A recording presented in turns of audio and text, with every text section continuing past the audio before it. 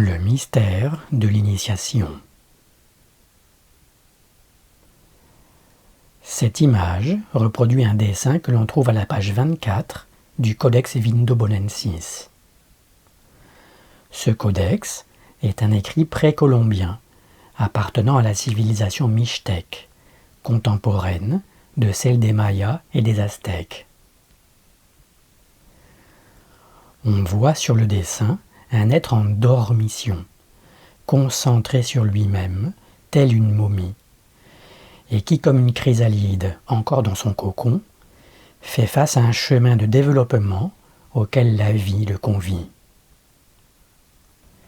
Cet être est au seuil de son chemin spirituel, attendant de se mettre en mouvement et d'ouvrir les yeux, tel un embryon qui serait en attente de se développer, de naître à la vie, et par le parcours que cette dernière lui a préparé, de parvenir à la connaissance de soi. L'embryon spirituel, l'embryon de soi, est positionné entre le feu et l'eau, les deux éléments majeurs. Il fait face à un cheminement qui articule ces étapes de la manière suivante. Eau, feu, air, terre. Vert, rouge, bleu, jaune. Cette séquence de présentation des éléments se retrouve fréquemment dans les anciennes cultures.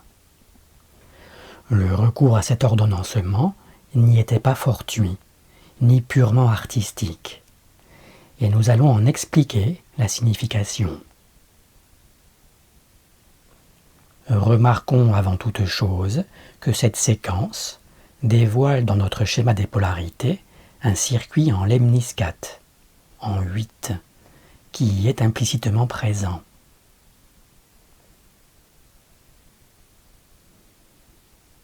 De nombreux documents amérindiens illustrent l'importance particulière qui était accordée dans l'Amérique précolombienne à la succession des principes sur laquelle s'appuie cette lemniscate.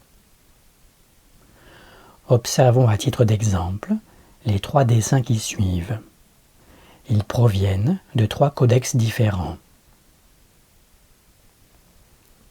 Cette image provient du codex Zouch-Nutal. Il s'agit d'un écrit qui est également précolombien et qui appartient à la culture mixtèque. La séquence des éléments est ici représentée en cercle, dans le sens anti-horaire, vert, rouge, bleu, jaune. Placé au centre des éléments, l'être vivant est représenté par un oiseau, qui signifie les plans subtils et la liberté de s'y mouvoir.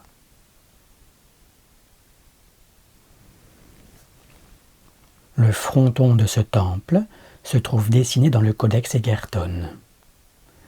On y aperçoit les éléments dans l'ordre eau, feu, air, terre, puis retour à l'eau.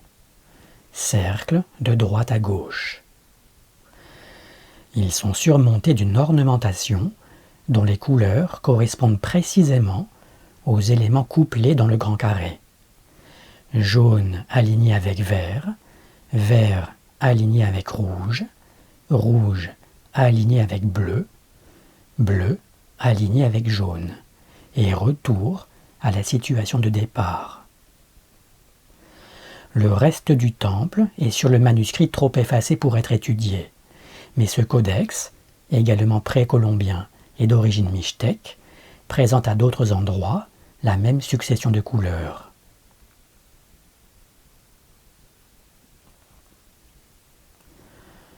Ce symbole aztèque est dessiné dans le codex Magliabecciano, qui date du début de la colonisation espagnole, XVIe siècle. Le symbole montre disposé en cercle la même séquence, et également le couplage des couleurs des grands et petits carrés, rouge à l'intérieur du vert, bleu à l'intérieur du rouge, jaune à l'intérieur du bleu et vert à l'intérieur du jaune.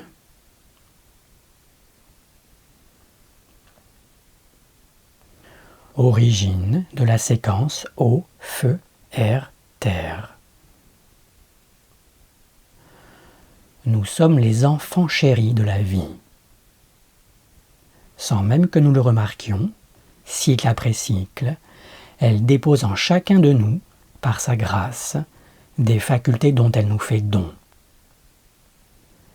Après avoir reçu ces facultés, et sans même encore les reconnaître, nous commençons à les utiliser. Dans une troisième phase, nous observons par la mémoire ce que nous sommes capables de faire. Nous évaluons la diversité de ce que nous pouvons effectuer. Et nous prenons, en raison de cette diversité, confiance en nous-mêmes. Dans une quatrième étape, fort de la confiance acquise, nous nous lançons à la poursuite d'un objectif et acceptons pleinement les conséquences des actes que nous choisissons de réaliser. Alors s'initie un parcours, un chemin d'évolution, sur lequel, en tant qu'individus, nous bénéficierons de la part même de la vie, de l'aide qui nous est nécessaire afin d'apprendre et de nous développer sur ce parcours. Je reçois de la vie. J'utilise les facultés qu'elle me donne. Je réfléchis sur ce que je peux faire et j'accepte les conséquences de mes actes.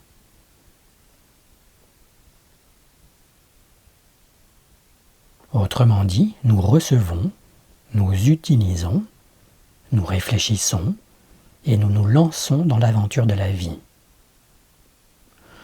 Tout processus de développement est soumis à ces 4 étapes d'implication, qui se succèdent indéfiniment. Leur origine se trouve dans les phases lunaires, dont l'influence s'étend sur toute la vie sur Terre, y compris la vie humaine. La première phase du cycle lunaire débute par une obscurité totale et est sous la dépendance du principe de l'eau, principe d'obscurité. Dans ce début de cycle, la propriété de contraction de l'eau se manifeste par la réception de nouvelles facultés, ou bien par la vitalisation d'anciennes. La culmination de la lumière, au moment de la pleine lune, est en rapport avec le principe du feu, qui est contraire à l'eau et qui est générateur de lumière. La seconde phase, qui mène à la pleine lune au milieu du cycle, est régentée par le feu.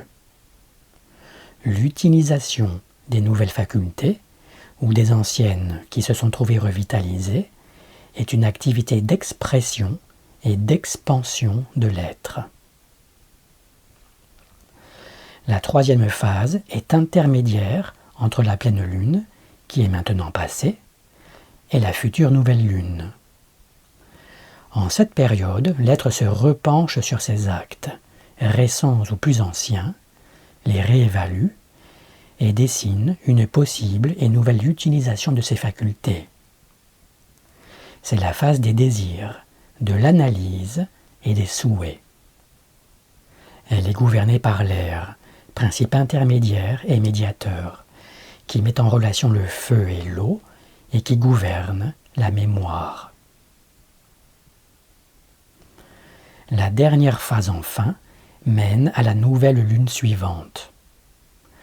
Elle est une période d'intériorisation, de relativisation et de confirmation. En celle-ci, l'être se libère des influences superflues, garde l'essentiel et se dédie à un objectif.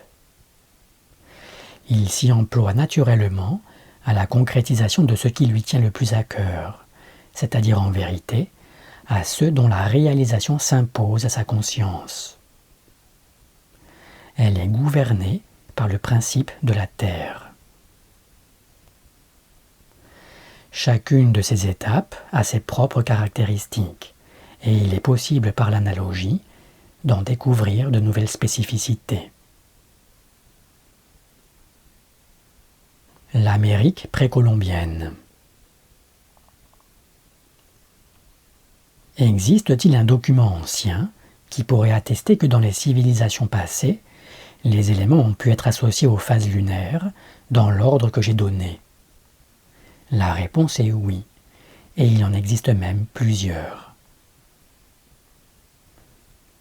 Ce dessin provient du Codex Zushnutal.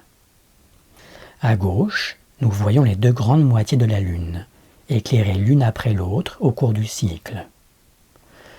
La langue rouge centrale, entre les deux moitiés, identifie la lumière solaire que la Lune reflète et qui l'illumine. Il y a 19 languettes de feu, 9 de chaque côté, plus une centrale. Dans ce croquis, les deux premières phases sont désignées par les cercles dont la partie droite est blanche, éclairée. Les deux dernières par ceux dont est éclairée la partie gauche. La raison en est que les deux premières phases s'articulent autour du premier quartier, et que celui-ci donne à la Lune, dans l'hémisphère nord, la forme d'un P. Les deux dernières phases, elles, s'articulent autour du dernier quartier, qui donne l'apparence à la Lune, toujours dans l'hémisphère nord, d'un Q. Cette illustration montre la disposition de la Lune vis-à-vis de la Terre et du Soleil, du début à la fin de son cycle, ainsi que les apparences en résultant. L'observateur se situe dans l'hémisphère nord.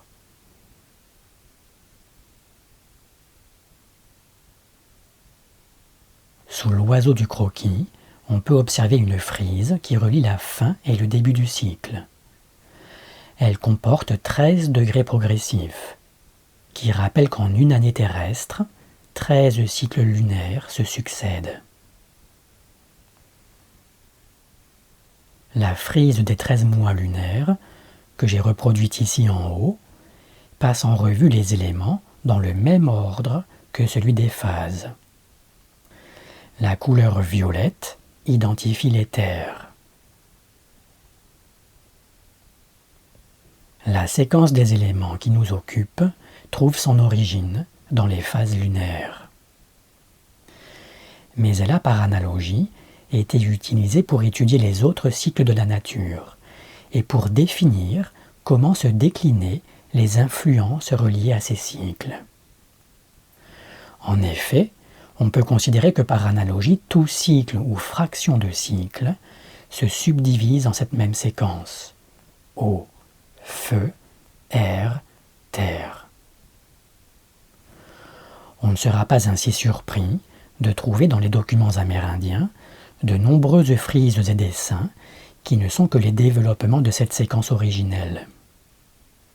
Ces frises ou dessins témoignent de l'étude de rythmes naturels perçus au travers du comportement de la Lune, de la Terre et d'autres astres.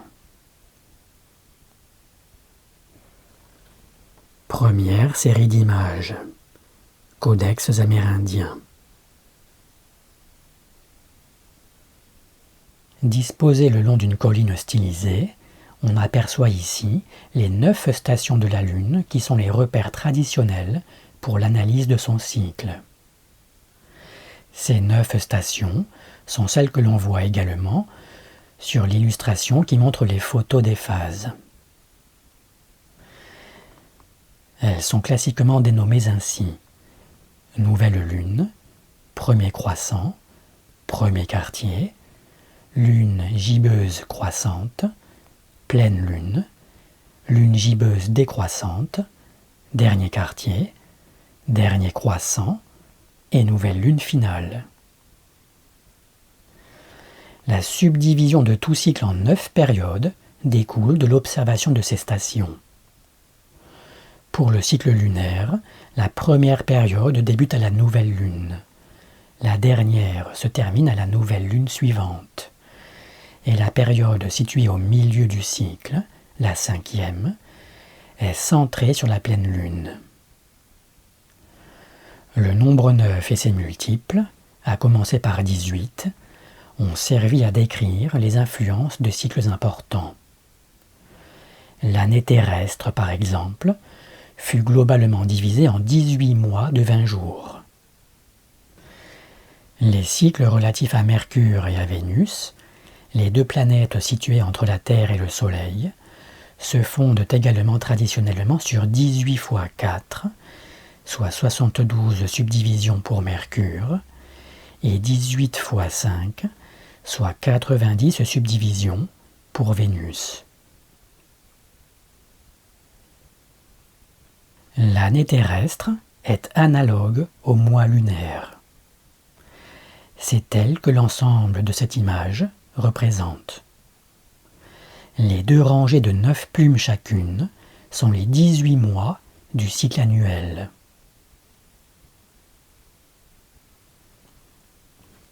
La frise de cette image est similaire à celle de l'image précédente, mais elle est déployée ici de son début à sa fin. Elle est un développement du cycle lunaire. L'escalier vert et montant à droite boucle et réinitialise le cycle s'il est redescendu. Nous avons alors 28 marches qui sont les 28 jours du cycle lunaire. Les deux extrémités peuvent également se mettre en parallèle dans le cycle annuel avec 2 solstices d'hiver consécutifs et dans le cycle journalier avec 2 minuits successifs. Cet autre dessin provient du Codex Zushnutal. C'est le mois de 20 jours qu'il représente. Les 19 degrés successifs que l'on voit sous l'oiseau sont la liaison entre eux des 20 jours mensuels. Chaque marche finit par être associée à un jour terrestre, ou bien au passage d'un jour au jour suivant.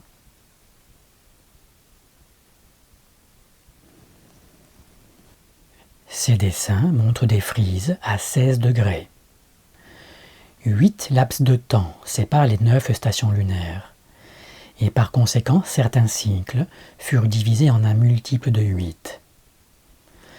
L'équivalent en Orient sont les analyses donnant le fameux Yiking et ses 64 hexagrammes. La roue de la seconde image possède 16 plus une dent. Elle montre ainsi l'enchaînement d'un cycle à l'autre. L'eau est dans cette image dépeinte, comme c'est parfois le cas, en blanc et non en vert.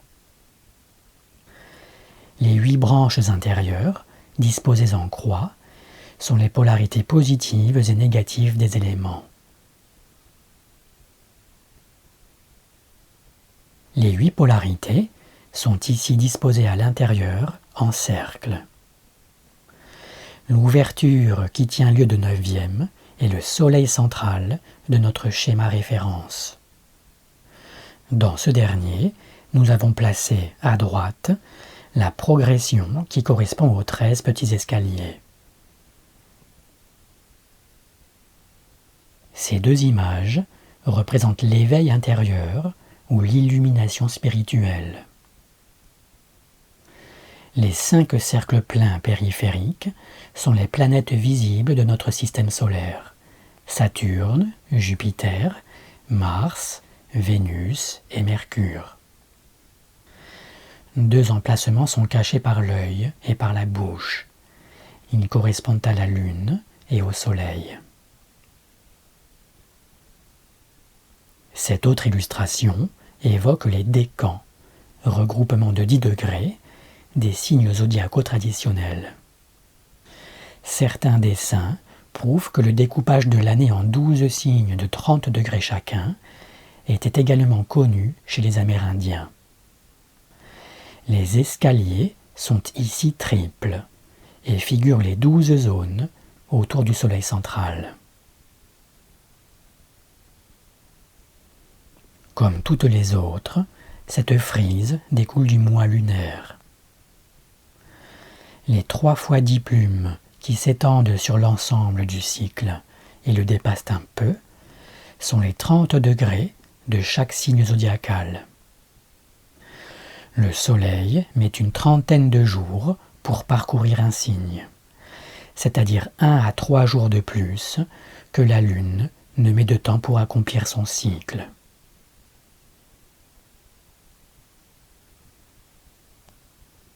Développement de la séquence et insertion de l'éther. Seconde série d'images. Après avoir choisi dans la 4e étape de nous dédier à un objectif particulier, nous pouvons continuer à le faire s'il nous satisfait, ou bien valoriser une idée nouvelle à la réalisation de laquelle il nous semblerait nécessaire de tendre. C'est en apprenant ainsi à nous dédier à une chose puis à une autre, en nous donnant à chaque fois totalement et avec sincérité, que nous apprenons à faire de chaque acte un acte conscient qui nous rapproche de notre idéal intérieur, qui lui ne s'éteint jamais.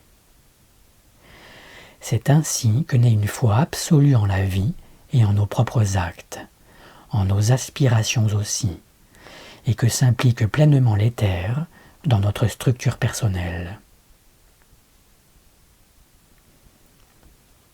Une 5e phase succédant à celle de la Terre et gouvernée par l'éther prend alors sa place entre la fin d'un cycle et son redébut. Elle permet à l'homme de reconsidérer l'ensemble du cycle, l'ensemble de ses facultés, et de placer celles-ci au service de son propre développement.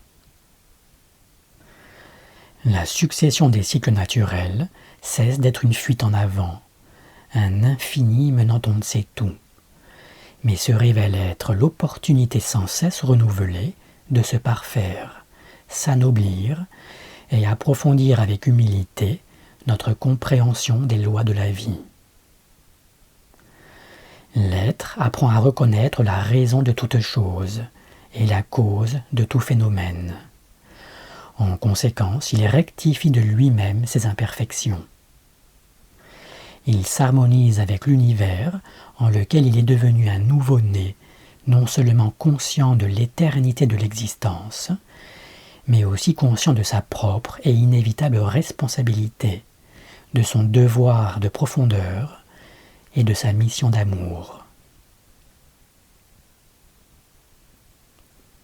La 4e phase est celle qui mène à l'éther, qui représente l'esprit.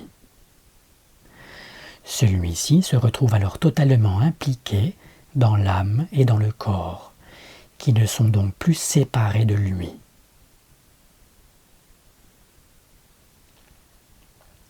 Ce dessin montre la pleine valorisation de l'éther et l'apparition de la 5e phase, telles qu'elles sont magnifiquement représentées dans le Codex Vindobonensis.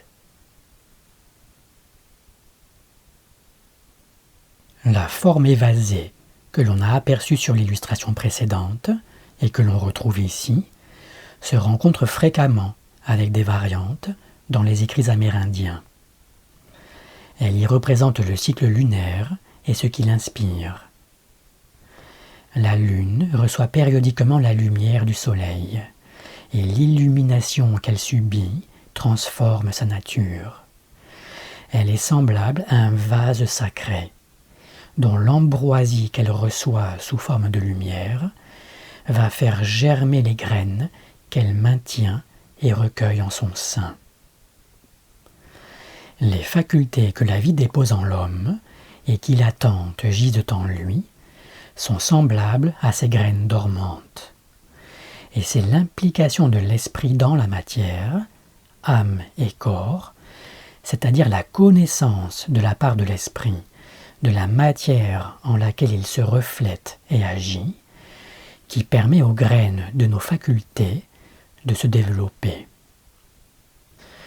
Ce n'est pas un autre sujet que décrit dans la métaphysique chrétienne le mystère de l'incarnation, la présence et l'action de l'esprit dans la matière.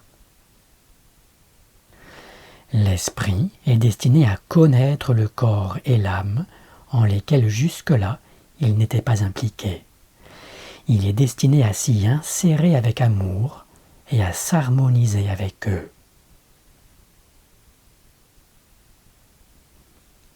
On voit ici une autre représentation évasée du cycle lunaire.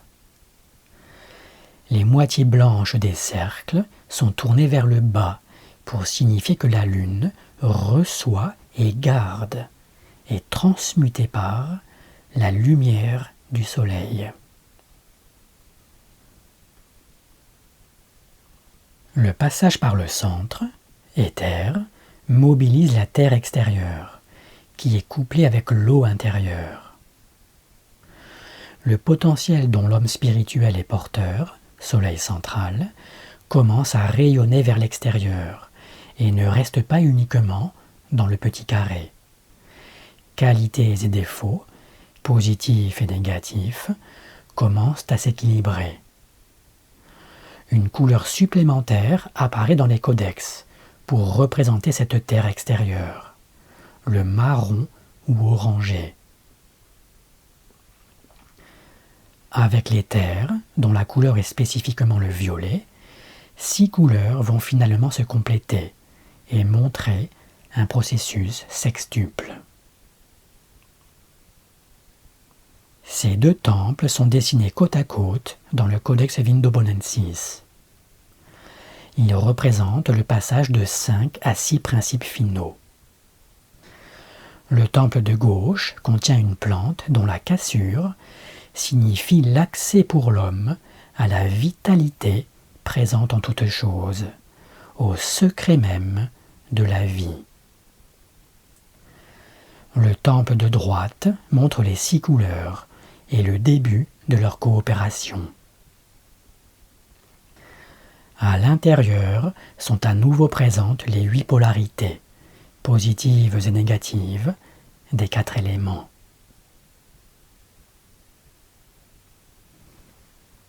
Les codex amérindiens expriment l'intégration progressive par l'homme des forces vitales universelles. Celles-ci gisent, latentes et en attente de déploiement, en chacun de nous. Ces 3 temples, qui proviennent également du Codex Vindobonensis, montrent successivement 4, 5, puis 6 couleurs. Devenant la colline elle-même, l'être humain trouve sa place dans la nature, s'insère en elle, et de l'intérieur s'anoblit et transmute la totalité de son être. Cette transmutation est la conséquence inouïe de la transformation en force active, agissant donc également dans notre propre corps, du potentiel que la vie a placé en nous.